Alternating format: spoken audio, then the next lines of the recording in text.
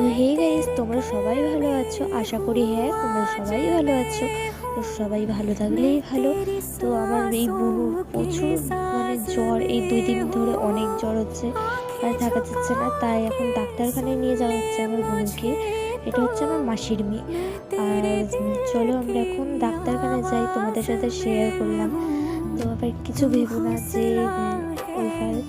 তো এখন আমরা বুনুকে নিয়ে ডাক্তারখানায় যাচ্ছি। এ দেখো, এই জায়গাটায় হচ্ছে মুরগি রাখা হয়, আর এটা হচ্ছে আমাদের রাস্তা, রোড।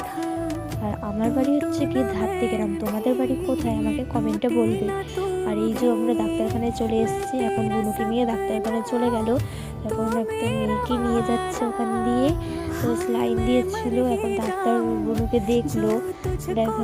দেখলো এখন দেখে ডাক্তার বললো যে বেশি কিছু হয়নি, বুনো শুধু জ্বরটাই হয়েছে, এছাড়া আর কিছুই হয়নি।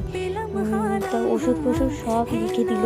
তো এখন দেখো পুরো একদম সন্ধে হয়ে গেছে, আমরা বেরিয়েছিলাম কখন, আর যেই ডাক্তারখানায় গেছিলাম ওই ডাক্তারখানায় অনেক ভিড় ছিল। তো এখন আমরা টোটো করে আবার যাচ্ছি অন্য একটা ডাক্তারখানা। ওই ডাক্তারখানায় গিয়ে বুনোর জন্য আবার ওষুধ কিনতে হবে, সেই ডাক্তারখানায় যাচ্ছি। যেই ডাক্তারখানাটায় গেছিলাম ওই ডাক্তারখানাটাই বন্ধ।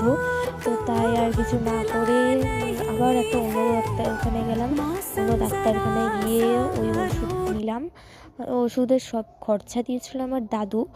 এখন আমার দাদু ওষুধ ফষুধ নিল।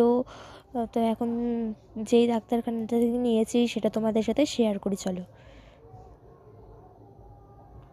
তো এই যে আমার দাদু ডাক্তারখানায় ঢুকলো, তো ওষুধ ফষুধ নিল। দেখো বুনু শুয়ে রয়েছে কত সুন্দর। আর বুনুর যে শুয়ে রয়েছে সেটা বুনুই জানে বুনুর কী হয়েছে কি না হয়েছে।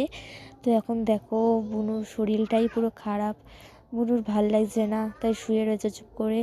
তো এখন আমরা বাড়ি যাচ্ছি, ওষুধ কেনা হয়ে গেছে, কিছু খাইনি আর। তো আর কিছু করার নেই। তো আজকের মতন টাটা, আমার কথা শেষ।